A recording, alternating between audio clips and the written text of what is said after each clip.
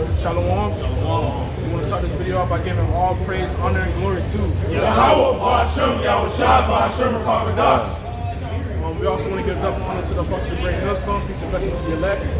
Yahweh being in this word, when it calls God. Ba'ashem means in the name of.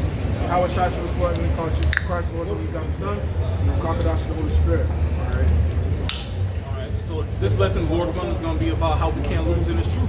No matter what we're going through in this world, no matter what adversities we're facing, ultimately we're going to end up with the victory. One you had last time? So we're going to open up with Job chapter 42 and verse 10. This is Job chapter 42 and verse 10. It says, "And the Lord turned the captivity of Job when he prayed for his friends.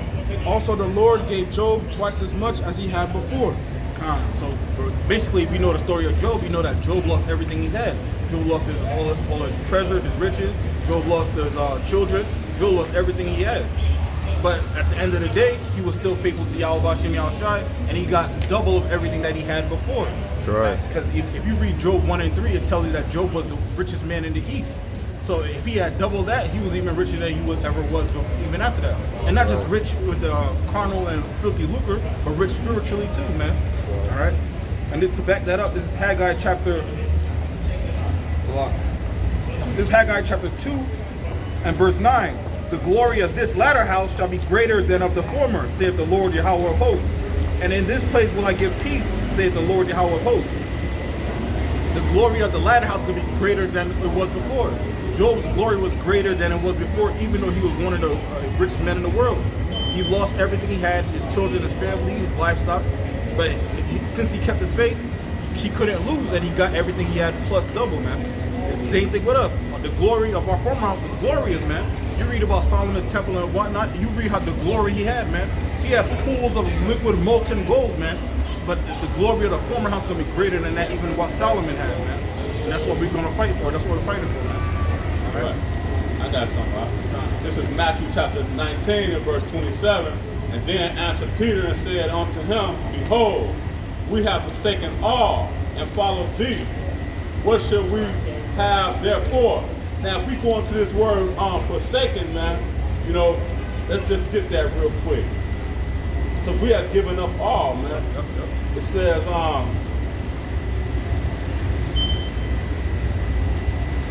to depart, man.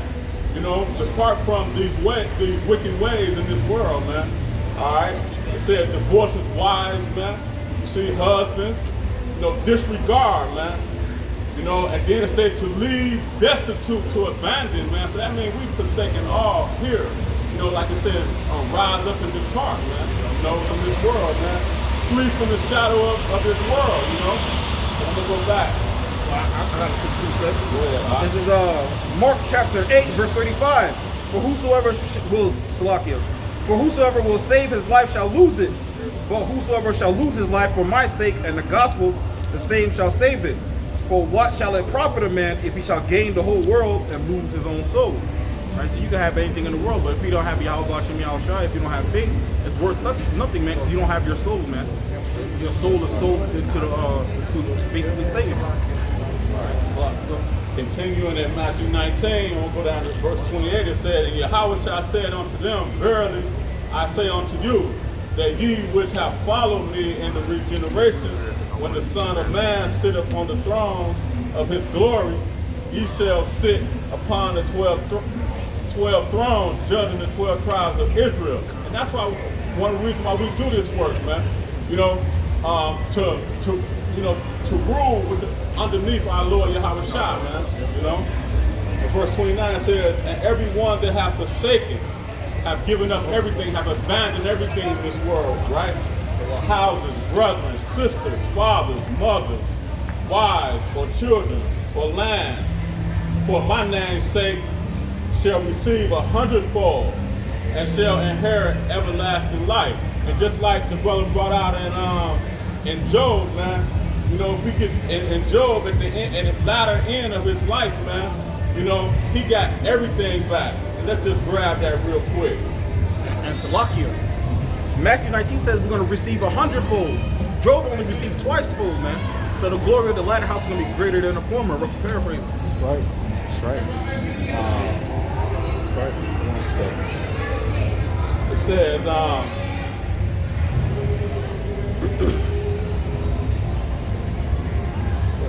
You want to reread Job up? I got you. that last. Oh yeah, here we go. I got it.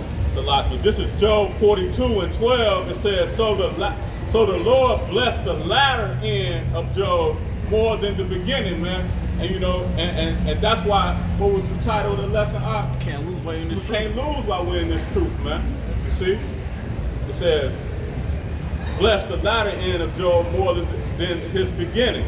For he had 14,000 sheep, 6,000 camel, and 1,000 yoke of oxen, and 1,000 she-asses, man. So those are real riches, man.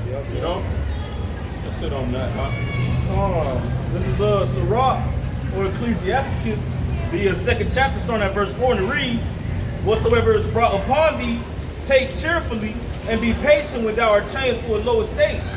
For gold is tried in fire, an acceptable man in the furnace of adversity, right? You feel me?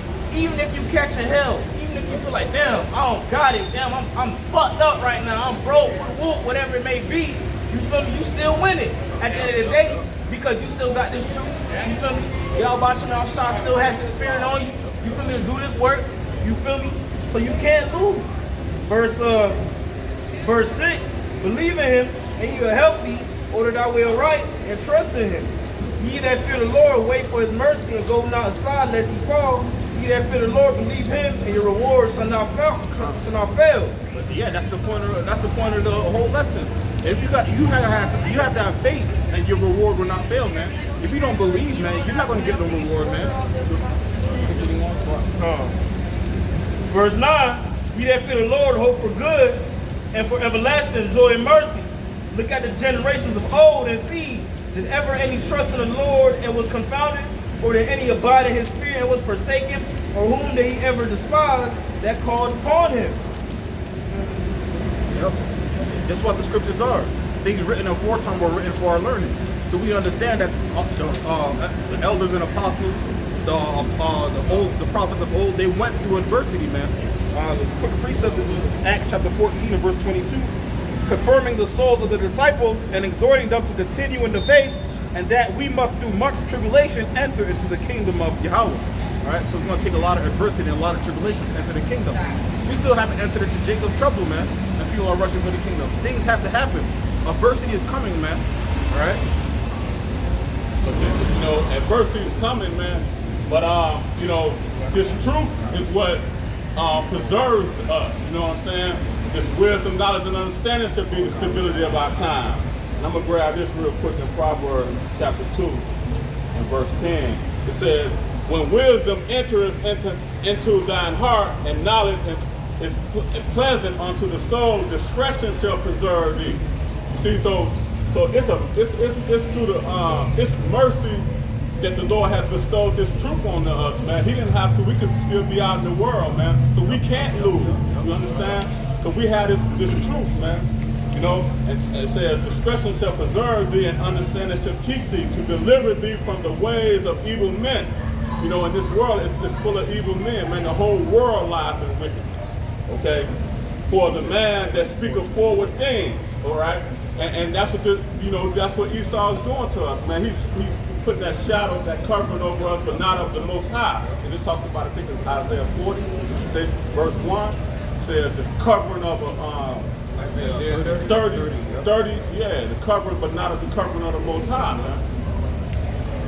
And then this is Sirach, or Ecclesiasticus chapter 4 and verse 28. It says, "Strive for the truth unto death, and the Lord shall fight for thee." That's right. You strive for the truth until death, and the Lord's going to fight for us. And who's going to defeat Yahweh Bashem Yahushai? There's no entity in the universe that could go toe-to-toe with Yahweh Bashem Yahushai, man. So if you have Yahweh Bashem Yahushai fighting for you, how can you lose, man?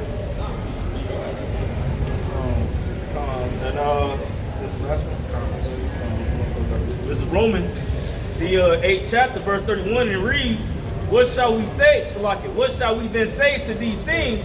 If the Most High be for us, who could be against us?" Right? You know, you come into this truth, you got all things, all the odds are up against you, right? You feel me? You catching all different types of hell. You feel like, damn, I don't know if I can still, woo-woo. You feel me? But you still got Yahweh Bashem outside. The Lord is still with you. The Lord is still dealing with you, man. You cannot lose, man. You might lose your wife, you might lose your job, you're gonna lose family, you're gonna lose friends. But you still got Yahweh Bashem Yahushai who gave you all those things in the first place. So how can you lose? The glory of the latter. Let me get that one more time. Oh, man, to add on to that too, man, we like the underdogs when it comes down to this world, man. They look at it like the men of the Lord like underdogs, man. Lord will be a part of that number, right? And what's gonna happen to the underdogs at the end of this thing, man? They're gonna come out victorious, man. People are gonna be in awe.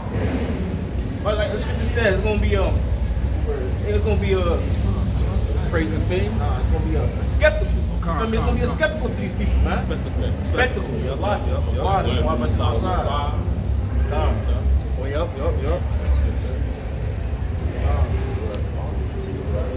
I'll grab that. Wisdom of Solomon, chapter 5. I'll start from the top. Then shall the righteous man stand in great boldness before the face of such as have afflicted him, and made no account of his labors. When they see it, they shall be troubled with terrible fear, and shall be amazed at the strangeness of his salvation, so far beyond all that they looked for. And they, repenting and groaning for anguish of spirit, shall say within themselves, this was he whom we had sometimes in derision, and a proverb of reproach.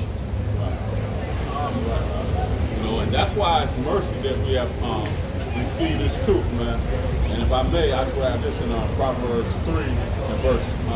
I started at the top. It says, "My son, forget not thy laws, but let thine heart be kept. Heart keep my commandments, for the length of days and long life and peace shall be added unto thee. Let not mercy and truth forsake thee. Bind them about the neck and write them upon the tables of thy heart." And that heart is our mind. Okay? So we can't lose. Anybody got any clothes? This is Proverbs 3rd chapter verse 5, and it reads, "Trust in the Lord Yahweh with all thy heart, and lean not unto thy own understanding," man. So at the end of this thing, man, you gotta trust in Yahweh Bashem outside that you're gonna win, man. You gotta have faith in Yahweh Bashem outside, man. You gotta remove all that doubt. Pray to Yahweh Bashem outside to remove all that doubt of losing, man. Because losing is not an option. Quitting is not an option, man. That's why we strive for the truth on this death. And this is why the disciples, even though they were walking with Yahweh Shai, they were still praying to increase their faith, man. All right? You got to increase, you got to, Salakia, you got to acknowledge the Lord in all your heart, man. You got to, let me read that. Proverbs 3 and 5. Trust in the Lord with all thine heart, and lean not into thy own understanding. All right? In all thy ways acknowledge him, and he shall direct thy path.